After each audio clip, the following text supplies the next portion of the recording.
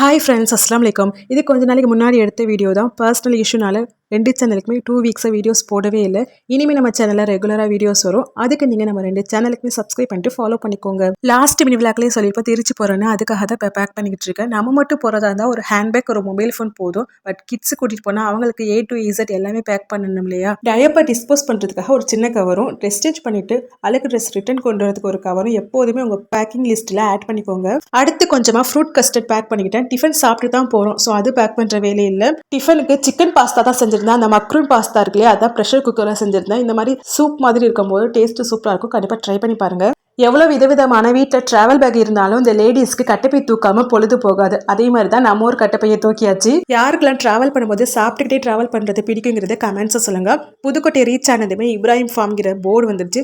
அங்கிருந்து கொஞ்சம் உள்ள போனீங்கன்னாக்கா இப்ராஹிம் ஃபார்ம்ஸ் வந்து ரீச் பண்ணிடலாம். நம்ம ஆல்ரெடி இதுக்கு முன்னாடி வீடியோலேயே டீட்டெயிலாக போட்டிருக்கோம். பார்க்காதவங்க போய் செக் பண்ணி பாருங்கள்.